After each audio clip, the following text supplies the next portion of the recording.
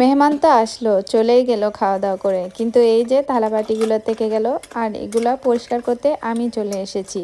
আসসালামু আলাইকুম, hello everyone, কেমন আছেন সবাই? আশা করছি সবাই অনেক ভালো আছেন। আমিও আলহামদুলিল্লাহ ভালো আছি। আমি প্রথমে সব থালাবাটিগুলা ক্লিন করে নিয়েছি। ক্লিন করা বলতে সব কিছু মানে যেগুলা খাবার অবশিষ্ট ছিল ওগুলা প্যাকেটে করে নিয়ে ডাস্টবিনে ফেলে দিয়ে তারপর আমি ডিশ ওয়াশ গরম পানির মধ্যে মিক্স করে নিয়েছি এগুলা ধোয়ার জন্য।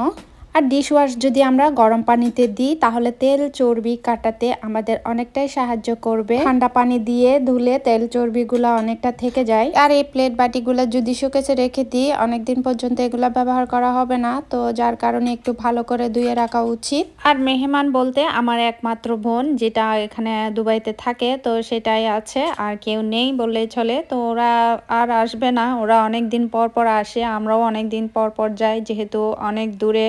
আর বাচ্চাদের পড়াশোনা, আমার বাচ্চার পড়াশোনা, ওদেরও বাচ্চার পড়াশোনা আছে, তো পড়াশোনা ফেলে টিউশন ফেলে আসা যাওয়া যায় না। কাছে হলে বারবার আসা যাওয়া যেত। তো এখানে আমি সব থালা বাসন ধুয়ে একদম ক্লিন করে নিচ্ছি, একদম সুপার স্পিড করে। আমার ভিডিওর এই পর্যন্ত কেউ এসে থাকলে একটা লাইক দিয়ে ভিডিওটি কন্টিনিউ করবেন। আর আমার ভিডিওর কোনো অংশে যদি ভালো লাগে আমার চ্যানেলটি সাবস্ক্রাইব করে পাশে থাকবেন। আমার ভুল হলে ক্ষমা দৃষ্টিতে দেখবেন। নতুন নতুন অনেক বন্ধু আমার সাথে যুক্ত হয়েছেন আর যুক্ত হচ্ছেন। প্লিজ আমাকে কমিউনিটিতে লেটার দিবেন, আমাকে জানাবেন যে আমি অবশ্যই আপনাদেরকে ভিজিট করব। ইনশাল্লাহ আমি চেষ্টা করব সবাইকে সময় সুযোগ হয়ে ঘুরে আসতে। এখানে আমি সব 4G স্পিডে করে নিচ্ছি। তো সবাই কেমন আছেন, কে কোথায় থেকে আমাকে দেখছেন জানাবেন। আমার ভালোবাসার ভিউয়ার্সরা অনেক সুন্দর সুন্দর কমেন্ট করছেন, তো সবার কমেন্টের উত্তর দিব একদিন ইনশাল্লাহ। আর এখানে আমি চুলাটাও ক্লিন করে নিব, যেহেতু চুলার উপর দিয়ে অনেক ধবল যায়, তেল চর্বি অনেকটাই পড়েছে। আমার চুলার পিছনের ব্যাক সাইডটা এখানে টাইলস নাই, এটা ওয়াল, তো এখানে তেল ছিটকে পড়েছে। আর আমি নিচে দুইটা পেপার বিছিয়ে দিয়েছিলাম, যেহেতু বেগুন ভর্তা করেছিলাম, যাতে টেবিলটার উপর না পড়ে। আর বেগুনটা গলে অনেক সময় টেবিলের উপর পড়লেও উঠতে চায় না, তাই পেপারটা দিয়ে দিয়েছিলাম। পেপারটা দিয়ে দেওয়াতে অনেক ভালোই হয়েছে, পেপারের উপর পড়েছে।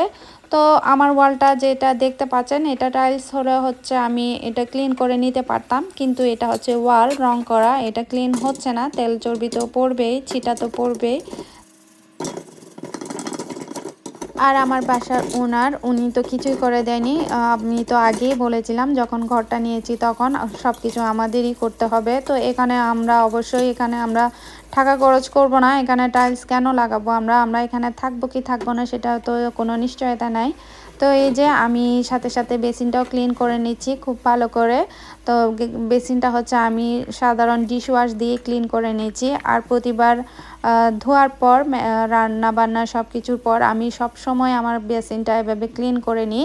আর এইভাবে ক্লিন করলে বেসিনটা কোনো দাগ হয় না। আর কখনোই হারপিক ব্যবহার করবেন না, হারপিক ব্যবহার করলে বেসিন কালো হয়ে যায়।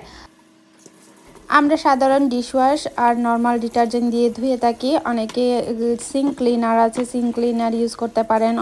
বাজারে অনেক কিছু পাওয়া যায়, এগুলো ইউজ করতে পারেন, তাহলে আপনার বেসিনটা সবসময় নতুনের মতো থাকবে। আর অবশ্যই থালা বাসন আর বেসিন ধোয়ার স্পঞ্জটা আলাদা রাখবেন। আমি কিন্তু এটা আলাদাই রাখি। অনেক আপুরা দেখি থালা বাসন যেটা দিয়ে ধুই সেটা দিয়ে আবার বেসিনটা পরিষ্কার করে, কিন্তু এটা ঠিক না। তো এটা একটা হাইজেনিকের ব্যাপার আছে। তো এখানে কিন্তু আমারটা পুরোটাই আলাদা। আর আমি খুব সুন্দর করে আমার বেসিনটা প্রতিবারই রান্নার পর এভাবে ধুয়ে মুছে নিই। আর আজকের মতো এতটুকুই। আল্লাহ হাফেজ, সবাই ভালো থাকবেন।